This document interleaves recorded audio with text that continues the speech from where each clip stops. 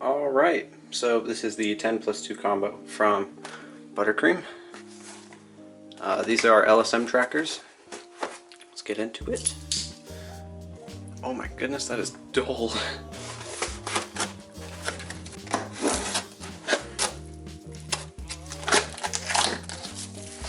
First thing is a bunch of straps come in. Quite nice. I wouldn't say they're bad quality or anything. They look pretty good as of right now. Then I would assume these are the trackers. Okay, so these are the add-ons, I believe. So these are basically very small LSM trackers. They just don't have battery. They run off of the other ones. So these would be your foot extensions. And it comes with specific straps for the foot extensions. Also comes with a brand new USB-C cable. Kind of looks more like a Samsung USB-C cable, how they would ship those. So yeah, there's that. Looks pretty high quality. Now, what we've all been waiting for. Buttercream did add extra options for me. So I asked him specifically to make it blue and black. Is the color combo I wanted. And I also paid for the Pro package, which comes with a charging dock. This is really good shipping, by the way. Everything was well protected. So here's the trackers. They feel pretty good. They got a good bit of heft on them. They look like they have a good USB-C charging port. I love the dock. The dock is sick. Yeah, you plug the dock in there. I hear a lot of people have long charging times, sometimes like 3 hours, but I also heard that if you use a 100-watt charger, you can get these up in about 30 minutes. So it's a cool little thing you can do. So each of these trackers have an order on them.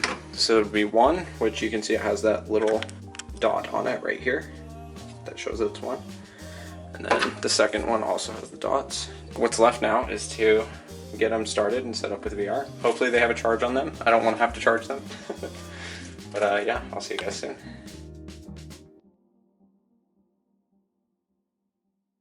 You're going to take the USB cable that is included. You're going to plug it in, and you're going to turn it on. Alright, so here's how you're going to connect your tracker to your Slime VR. First, you want to make sure that in your Slime VR, you have the Wi-Fi password and name set correctly. They need to be identical. It's case sensitive, it's capital sensitive, and it's space sensitive. So make sure that you don't mess that up. You're going to press next, and you're going to find your tracker. You're going to turn it on, and you're going to plug it in. There we go. Normally, if it's connecting for the first time, you're going to see right here on the screen, it's going to say connecting to network, and then it will say connecting to server, and then it should just connect all the way. But I've already done it, and it's working just fine. Alright, so now I want to show you guys how to add your extensions. So we're going to take our little extension cable here, and you're going to see on your tracker there's a slot. Make sure you put it in the correct way. There you go. So you're going to set it in place, and I find it easier to take something like a razor blade or something. Just be careful not to cut the wires, and then just push that connector in. Now you can see it's connected, and you're ready to strap up with this one. Okay, so I wanted to show you guys how to get your trackers into your straps. It's pretty easy. You'll see that there's these two clips on your strap.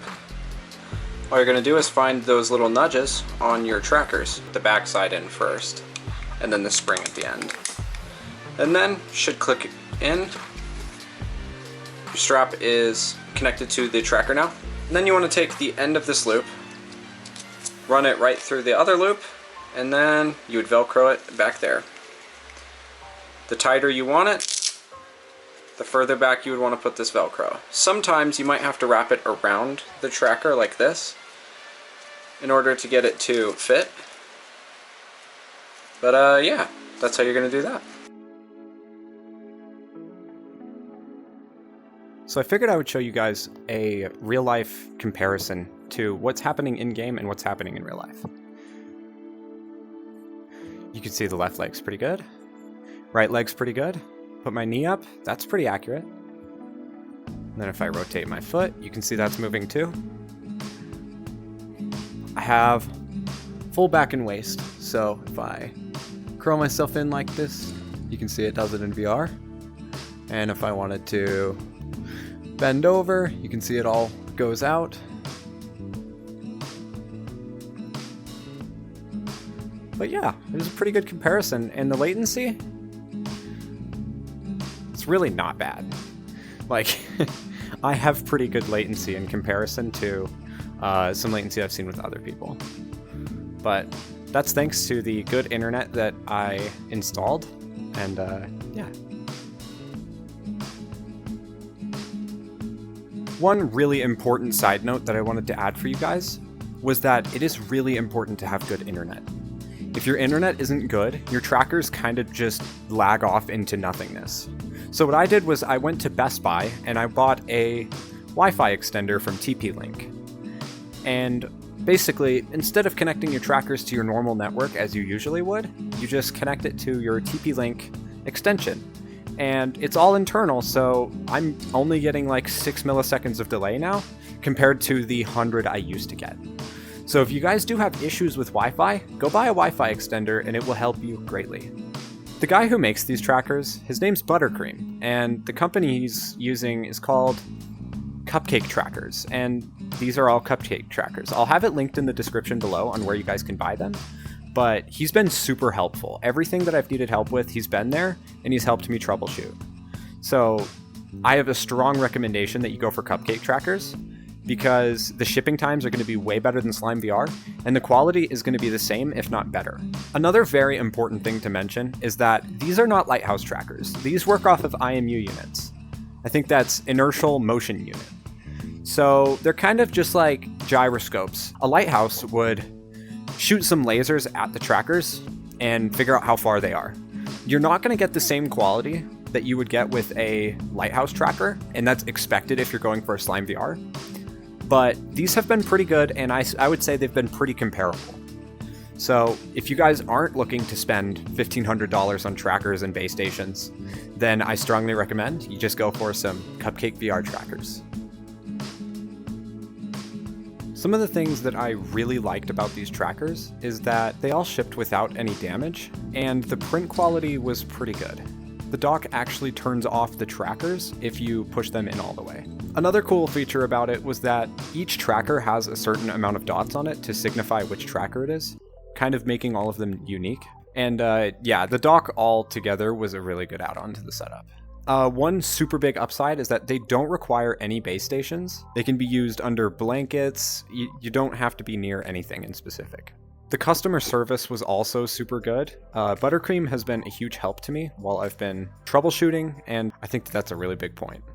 One cool thing is that they are compatible with Quest Standalone or Steam VR, so basically any headset will work. I've also come to notice that they have a really good battery life, and one of the bigger points is that they're really cheap and super affordable compared to its competitors.